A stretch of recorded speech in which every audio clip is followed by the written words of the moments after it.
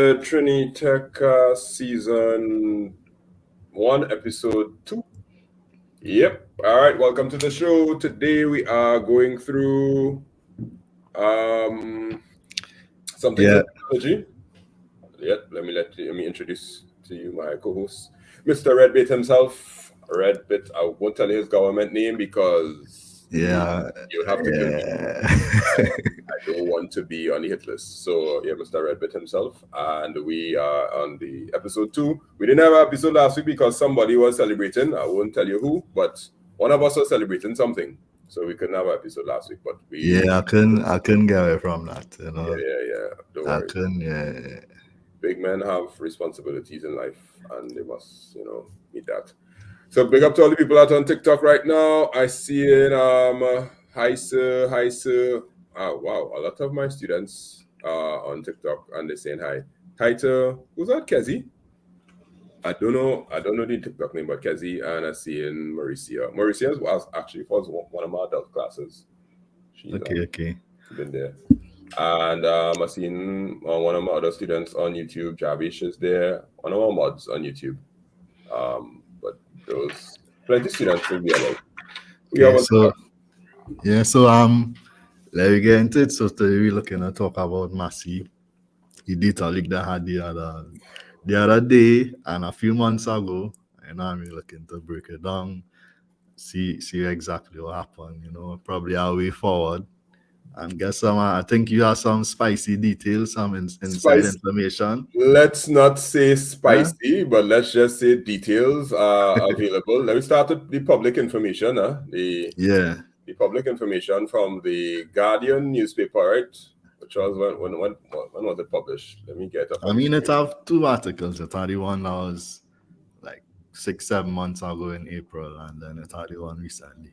Right. Okay, so there we go. We're talking about here's what's going on. For those of you all on TikTok, Massy got hacked in April, right? And they released some information about the fact that they got hacked, but they didn't really tell anybody what happened or they were currently investigating. So usually when a hack takes place, the next thing that would happen is that the hacker would leak the data or post the data on some sort of dark web website, right? You ever went on the dark web?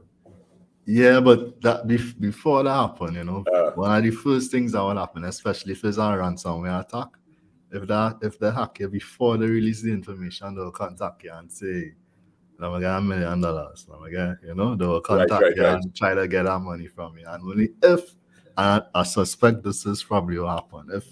If you don't pay the ransom, your files will get leaked. they will tell you to leak it. But they would threaten to leak it, but. So let me zoom in on the article there a little bit and let's see what they said. On April 28th, Massy stores confirmed that they were the target of a cybersecurity attack which led to technical difficulties experienced on all of its stores across the country. So I remember that day that there were issues with Massy and they had to close and all kind of thing. And the Massy card and stuff like that. Yeah, all kind of stuff wasn't working, right? So they took immediate action, suspending all customer-facing systems and whatnot. Backup servers were not affected. So that was April the 28th. And we were reporting about it. We talk about it on TikTok. We say Massy get hacked. What will happen? We're not too sure. And, well, how much months later? April, May, June, July, August, September. Yeah. So you wasn't aware of the real impact of the hack, You probably just thought it was just a regular hack, Yeah. Something, but we didn't know it was actual data compromise and a pretty, impactful one. So, watch the article now. However, it has now been revealed that more than 5 months later, that is according to the Guardian and Trini again. It's not according to me. Yeah, not according to us. Yeah, right. That a hacking incident, a data dump has occurred on the Hive dark website. So Hive, I heard about them a few times already on the dark web. There's ways go and basically dump data, and when people don't pay their ransomware, right? So basically, what you're saying is, it seems like they were told, "Here's what, give me XYZ amount, or else we will dump this data on the dark web." And I don't know, Massy was negotiating, fighting. Yeah, it could be that. I mean, I don't want to say this is his truth, but I just speculating. It could be that they probably try to call a bluff.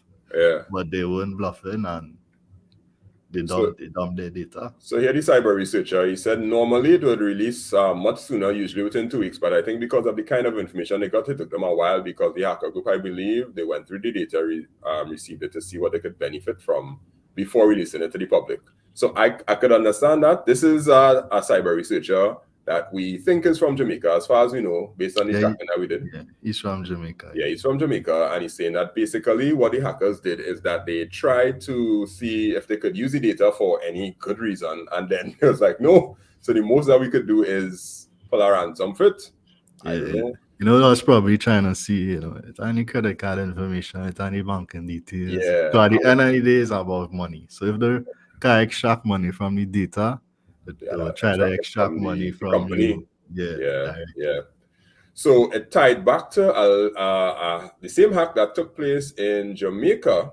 Well, something happened in Jamaica with same Massy distribution, and 17 gigs of their data was dumped on October 9th. So it's the same data dump. It seems like it's tied to because it was shared on the same website. So apparently these hackers, they targeted Massy, Jamaica, and Trinidad. Maybe it could have other Massy outlets that would have been targeted also. And I think the problem is that Massy didn't say anything about it until after this article was posted. Massy didn't put anything out. And I mean, if you're following the story closely, this same researcher, he was actually publishing this days before Massy even said anything. He was actually reporting on it. He wasn't revealing the actual company, but he was saying, you know, a big regional company got their data compromised and it's out on the web to download for everyone. It's free, you know? So and if you look at the type of data that was released. Well, look at the next article, right? So this one is from technewstt.com, and it was posted by Mark, right? Did I say Mark? It's Mark Linders, see? That's not the cyber safety team. I know that's different.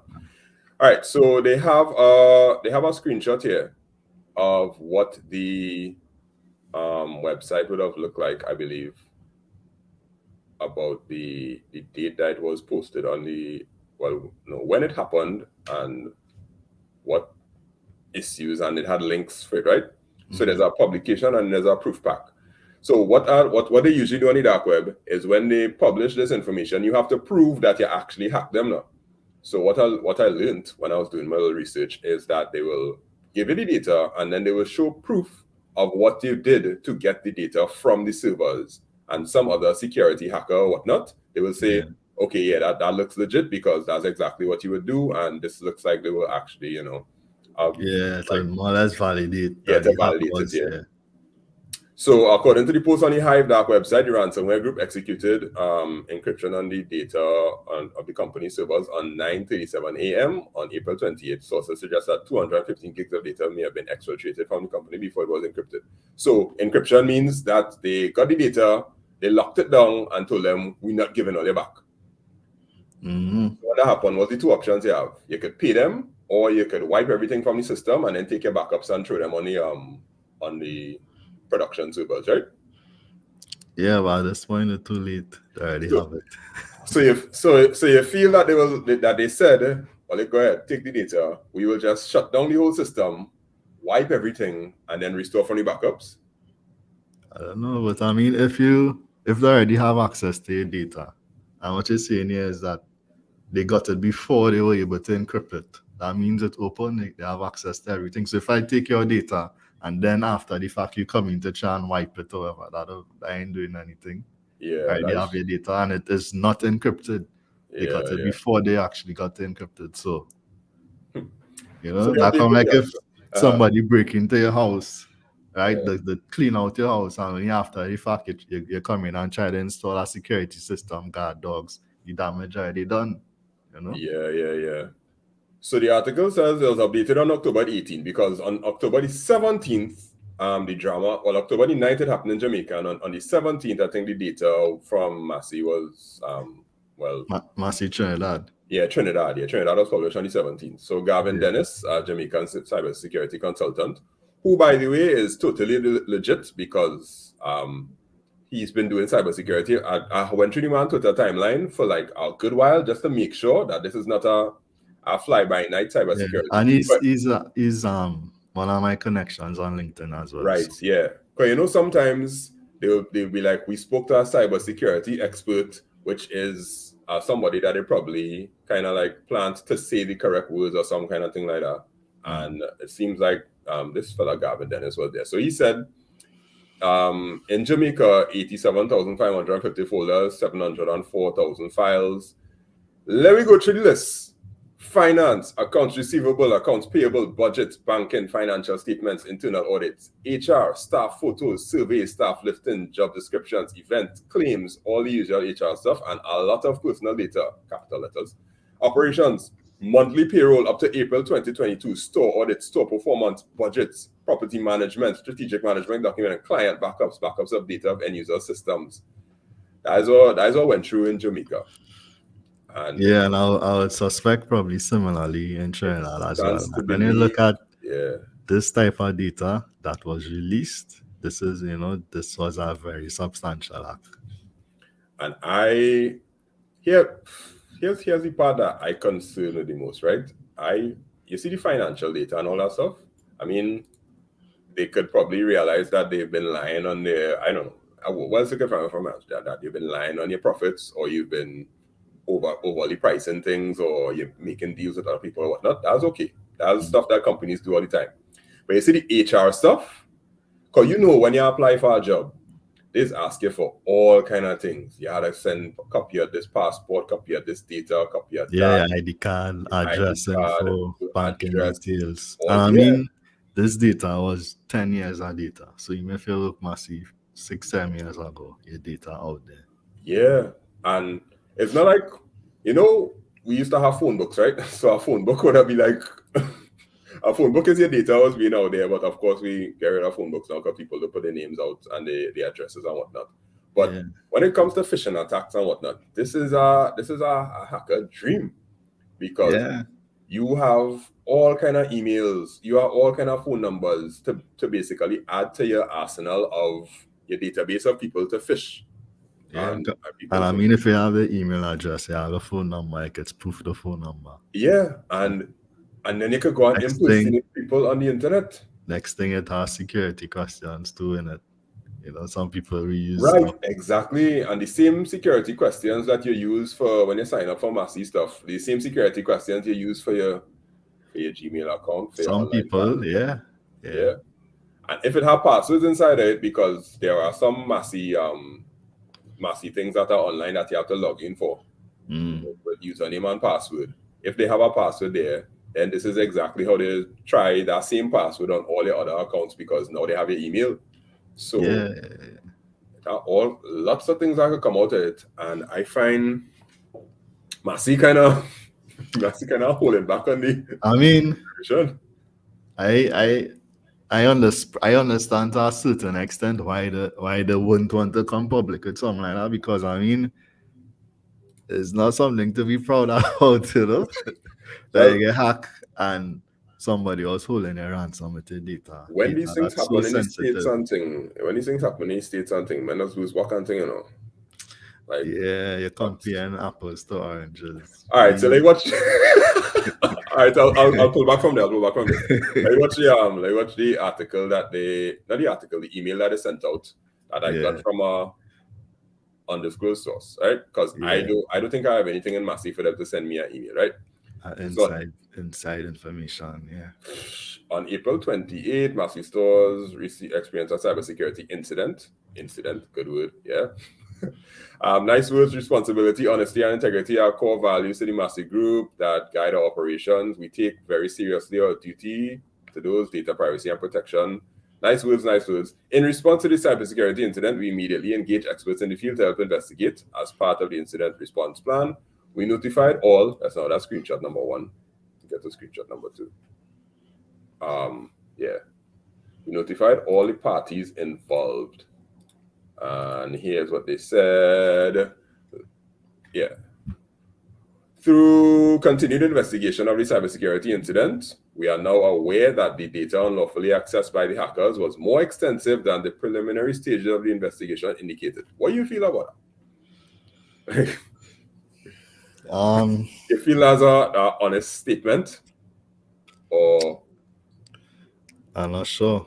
I mean, it could be honesty, or it could be playing with words? but I was they not knowing or having the internal expertise to really assess the situation, because they said earlier that they had to consult with cybersecurity experts, which probably means they don't have any internal cybersecurity experts. You know, to get a true appreciation of the problem and the severity of what happened. And I think as well, there's our next thing we could probably touch on, that in the Caribbean, in Trinidad, we probably need to get a better appreciation for cybersecurity, and having a cybersecurity expert within the organization that you know, not just looking to come in after the fact, but also putting preventative measures, actively trying to block, actively try. I think because evidently here they only after the fact they went to cybersecurity experts. So I think we should start focusing on hiring or having a good core cybersecurity, you know, within companies, within organizations in Trinidad and the Caribbean. I agree with you. Now, with that said, I know cybersecurity is not when you're on the defensive on cybersecurity, is real pain. Because you had to basically try to plug holes that, like, you had to find the holes, and that's why bigger companies, they just have bug bounties, but they basically they say, all right, we have $100,000 to give. If you could find a hole in our system and show us where it is, we'll pay according to the severity of the hole that we find. I don't think there is anything such as a bug bounty in the Caribbean. I never heard of one, but I understand the difficulty. So go ahead.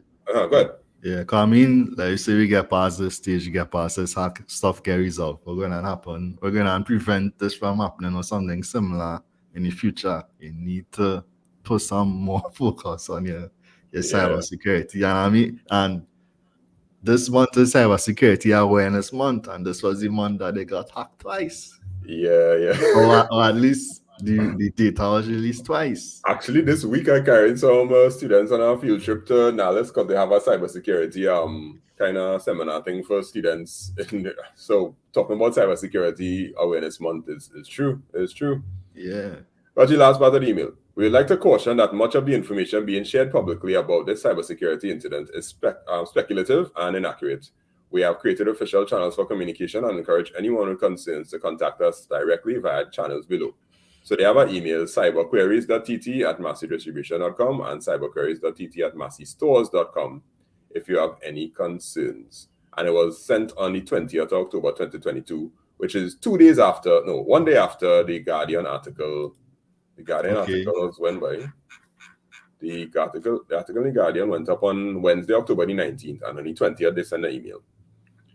So they kind of try to... I'm not saying that they try to, but it looks like after the Guardian published the information and it became public knowledge to people, they would say now a lot of the information is speculative and inaccurate. But based on the Guardian article, Mr. Gavin, he sounded very sure of himself. I mean, if his data that's available publicly, that you could go and... I mean, I didn't go and try and download it myself, but... Well, I tried, but it was done by that time. But yeah, the data was actually there, and it was clearly available, and he saw it. It's there. It's not because the expert said Massy cannot put his head in the sand with respect to the situation because all the company's markings, including PDF and scanned documents, were available on the dark web. So most of the times you scan all those things to PDF and upload them on the server. So it's there, but in response to the article, 1 day later. I mean, that what you sent there, that email you was just looking at and that you read out loud. That email was something circulated internally. Have they come out publicly and stated? stated similar sentiments? I do not know if that email was sent to a public. I believe that the person I got it from is a person who has a Massy card. So yeah, it may have been sent out to all of their customers publicly. Okay. But I can't say. Probably when we post the clips up and people in the comments, they could say if they got the email or not. But the person who sent it, I don't know. You ever sign up for a Massy card? I have a Massy card. It probably went to spam. I don't know. Or they probably sent it out in pieces, or people who may have actually had data that was scary. I don't know what to say. But if anybody has data or information about it, I guess they would probably come forward and share it, maybe. I guess. But yeah, that's Massy data leak, and my biggest concern is the employees. The employees whose information is out there, personal information, like customers with credit card information and whatnot. It would seem like the hackers couldn't really get any of that, because I don't think Massy has any credit card collection, like online purchasing kind of thing. That was a thing. I'm not sure.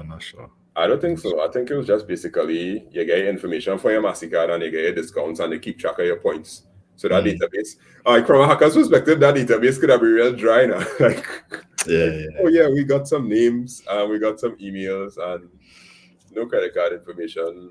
What do you do, boy? Yeah. So let me keep checking up on it and we'll see what happens. So what should happen next, I think, is that Massy should come out public and make it known, because the press will keep running with it. I would assume that. I mean, it's something that you probably don't want to come out with. It's something that doesn't make you look good, but the end of it is good. It's something you probably need to do. And apart from just coming out with it, as I mentioned earlier, they need to put things in place to ensure it's probably inevitable that you're going to get attacks every day, but put things in place to kind of mitigate your risk. Make sure you have the lowest amount of risk, possible. Yeah. I like, if I think about any like school or office or government office or anything like that, I'm not too sure if cybersecurity is highly taken seriously. Yeah, because I mean, hopefully this hack here bring it to the forefront. Sometimes go ahead. Yeah, where I work, because I kind of get info in terms of the firewalls and stuff. We get attacked every day, daily. We get attacked, and people with Bitcoin mining in Russia, China, you get attacked. You see them hitting your firewall, and it's only because you have a few lines of defense. But and there's only so much you could do. So you just have to try and mitigate the amount of risk. Because there was sometimes, like when I'm in class and I have to teach these topics, I would kind of tell them, okay, let's see what the ministry of whoever is using as their platform. And they just go and watch the HTML code. You'll see, all right, cool, it's a WordPress website. All right, good. You can see a list of all the plugins that they have. You'll see, because none of it is very obfuscated now. And sometimes some of the websites not even using HTTPS. And which is a big red flag. You're like, yo, I mean, it's gotten a lot better, but I think we definitely had to start to think very, very hard, especially if we're moving forward as a digital economy kind of vibes thing. Yeah, Ozzy is supposed to be digitally transformed by 2025. I will not confirm nor deny that I've heard that. Yeah, and with going online and doing things digital, you need to take cybersecurity seriously. Yeah, and even a two-factor for people. So for the people that would have been compromised, meaning you have your information inside Massy, I would definitely warn you to watch out for phishing attacks and shady emails and impersonations and that kind of thing. And if you had passwords or information or security questions or something, so that would have been given to Massy, you may want to kind of check those out, because basically what a hacker will do is take that and create a template for you and try to basically attack you anywhere else on the internet based on the information that they have. Yeah. All right. Cool. So that's Massy getting hacked. So those of you on TikTok, nice to see you there. I ain't seen any questions. I only seen people saying wow on TikTok. like everybody like, whoa, wow, this is crazy. Yeah. So let me move on to a little lighter topic now. Well, something more in the stars. Jamaica has officially approved Starlink to work in their jurisdiction or their country, but I don't know what the approval means if Starlink is available there now. But here's the article, right? Starlink, which is owned by Elon Musk, has been given a green light to operate in Jamaica, and that means that I guess it's going to work. So according to what's the name? Daryl Vaz.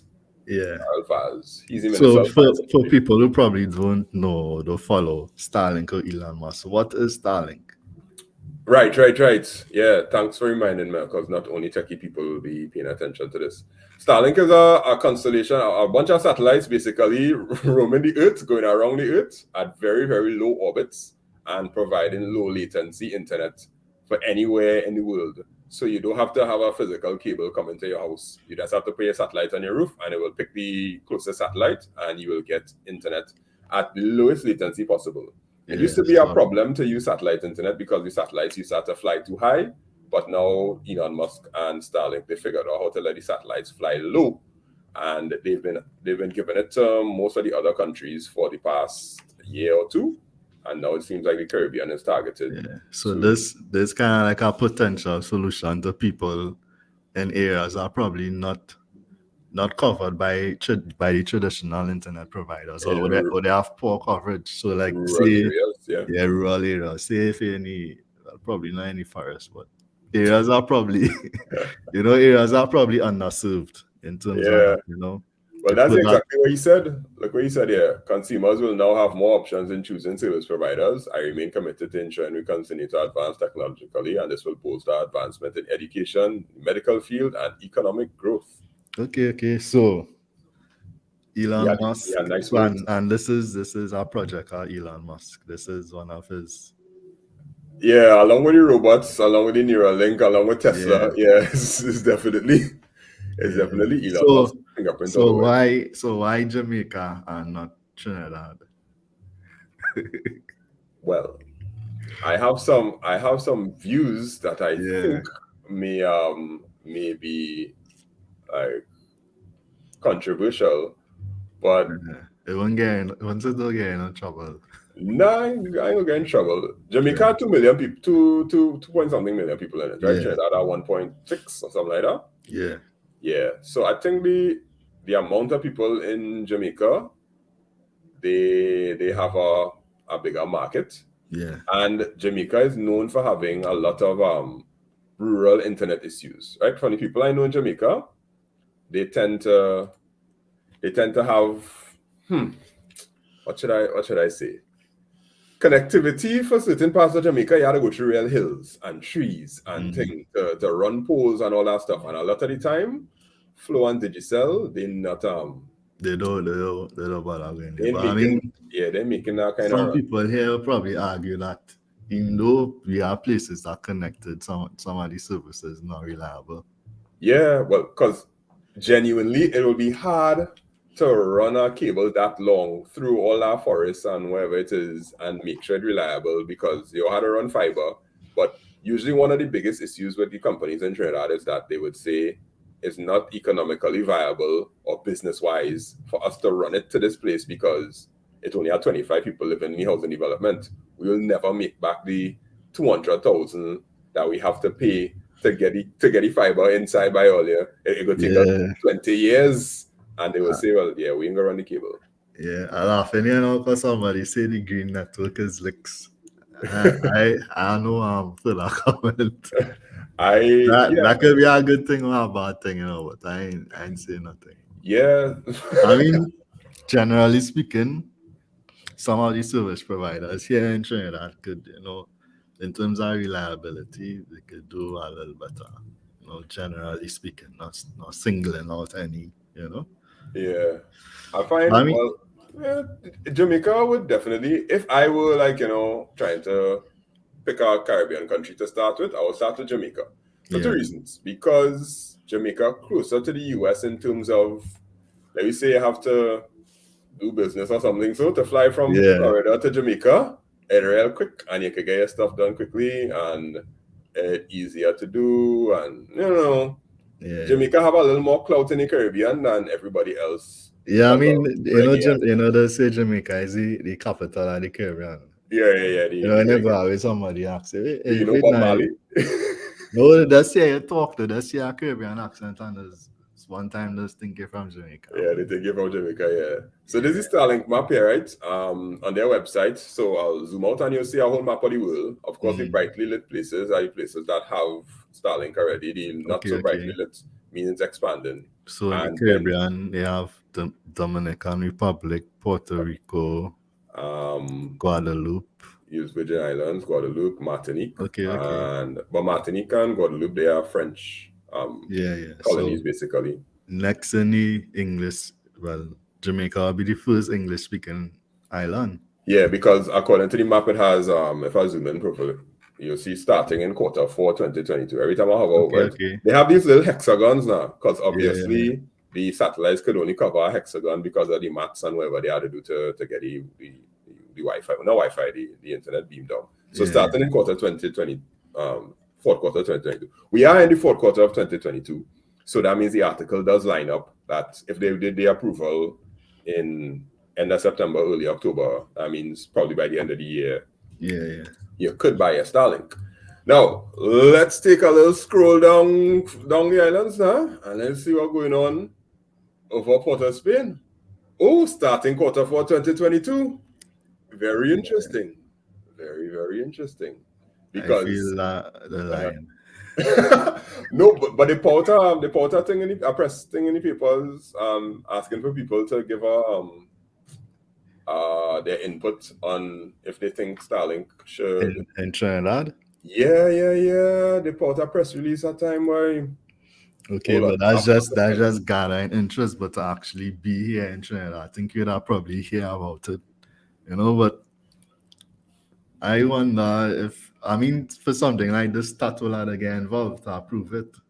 Yes, it's Tat for the article. Yeah, hold on. I went and get fair. And sometimes in Trinidad, competition is not really seen as a good thing. So you wonder if something like that might, the powers might would be accepting to next, I remember doing a video on it, and people was like, it's really expensive. Starlink? Yeah. Compared to our local packages? Yeah, because I think the price it is it's 150. Okay, 150 US. I can't remember where. Yeah. But it'll be interesting to see it launch in Jamaica, see the pricing. You could just convert and see the rates, see the speeds. So let me check the address. I'm seeing Port of Spain. Yeah. Port of Spain General Hospital, right? Port of Spain General Hospital. It's on the wait list. If you click order now, what will they say? It's loading. Yeah. So order now, reserve your Starlink. Starlink is targeting service in your area starting Q4 2022. Availability is subject to regulatory approval, right? And deposit due would be 99 US. I think the total cost is 500 US to get the actual hardware, I believe, and then after that, I think it's a 150 or that's something else steep by. It's steep, but if you're living in Guayari, yeah, but let's say if this service was really to target like a population, not really well off or a rural area, you're gonna spend 500 US on that and then commit $100 every month for internet. All right. You know, I think you might have other things, There were other things that take priority than paying out this amount of money. $110 per month, and the one-time hardware cost is $600. Yeah, that's steep. I mean, the cheapest package right now is about 200, 300. Half of this. The cheapest 200 the cheapest Yeah. package on any one of the networks. But if you have zero internet, like if you it has some people paying for For data. a MiFi, Yeah. basically, which is a SIM card, and Yeah. and it's in a little case. And Yeah, that MiFi internet is 1 megabit max on a good day. And how you much you're paying paying for it though? yeah, you're paying $300 for that SIM card because basically you're paying for a postpaid SIM. Yeah, but this is double the price. 110 US. And you're getting And you had to pay 500 up front. Like 3,000 something. listen, That's steep. You might think, okay, but that people. but if I have no access to if I had no access to the internet, I still feel that people they'll find a way, man. I think if I had to choose paying that amount for internet, and I mean, but I beg Flow, I beg player, I beg Digicel, I say, oh, let come down by me now, and they say, nah, boy, it will cost too much money to run the wire there, you know, that kind of thing. That you don't think that this is like you gotta buy the bullet, because I know there are people who take green dot because they can't get but how much they're paying? Well, the fact that they were willing to pay for the satellite, they were able to pay a monthly amount. You could just pay for a more expensive one and get it to work. Think about little Johnny, you need to do work, you know, for university and I mean, for the people that could afford it, but if things are already hard with somebody, I paying out this amount, I don't think it will be a priority for them. I guess, but as the world moves more to more internet stuff, right? You ain't think that Elon giving people a little chance here? Yeah, but if you're looking at rural areas or areas that not those our household that not well off, this amount of money is too much. What I would do, right? I ain't say that that this is an idea, but if I live in a rural area, I would take that Starlink and run some Ethernet around and put up Wi-Fi in the neighborhood. Yeah, sell it out and be like, here's what guys. This costing $600, but we could share this between our house. Yeah, you could do something like that. But two households or something, so yeah, one household alone kind of stuff. Like because I could see myself sharing this with my neighbor. If we're close to each other and both of us fight, and both of us went to one of the landline providers and tell them. I mean, me personally, I'm not paying so much for internet. Probably if I'm in an area that do have it, but if I had the choice, no, I'm not paying so much. Even it could be it could be 1 gigabit. I'm not paying so much. I could paying how much I pay, like 300 a month. 300, yeah. Anything start doing about 500, I'm not paying. My paying, I think I have 2 internet connections, I think, but mine is more for redundancy than anything. But okay, I understand what you're saying. If it was only 1 connection and I paying that 600, I paying. But if I have a neighbor, I was making a deal with my neighbor. Yeah, I mean, you could get the Starlink. Yeah, that one work around for it, but let me look to get some questions and see what's going on. Those of you all on TikTok, if Starlink comes to Trinidad, there's internet over the the blue skies. You would pay $600 a month. You think you know anybody who lives really far? No, not 600. 110 by 7 is oh gosh. 110 plus tax. Say 800 a month. No, you're making 110 by 7 is how much? All right, the price could drop. Markets of scales. No. Inflation, price going up. Things high right now. Price on US. Yeah. Foreign exchange low. If you have a guest house. a guest house. Yeah. Yeah, well, guest house and your internet any guest house in Toko. In Toko, get my fi. Because all they need is WhatsApp. Yeah. How much time you in guest house on it on the internet? Don't make care about you. That your Like Tobago in a nutshell. yeah. Like when they go to Tobago and they ask the people that they have internet and they're like, yeah. When they reach, and they check it's probably 1 megabit. the internet is molasses. And like Yeah. you could barely send a WhatsApp picture of being on the beach. Yeah, that is when they go to the beach again, better Wi-Fi. Yeah. By Story. But I mean, I will still follow the story, see the impact it could potentially have, see the price and actually come out with. I have students in Jamaica, so I will ask for students in Jamaica if it actually worth it or if it making sense or what the word is on the ground, because like sometimes these things will be available, but nobody's know about it. Because it's like you had to market it, you had to make sure that people see the need and they want to, and then you might have to have like government subsidy and all kind of things to try to get done. Because in truth and in fact, a lot of the people in rural areas, they ain't really studying internet as the most important thing. Yeah, it's the same thing I was just telling you. Yeah, they ain't on it. I was trying to be devil's advocate because I needed to fight for. Yeah. Because the other day when you on your list of priorities for the month. Yeah. I mean, it's nice to have and something that everybody should have access to, but if it's so expensive, it'll be a hard step. You know where I could see it selling? A school.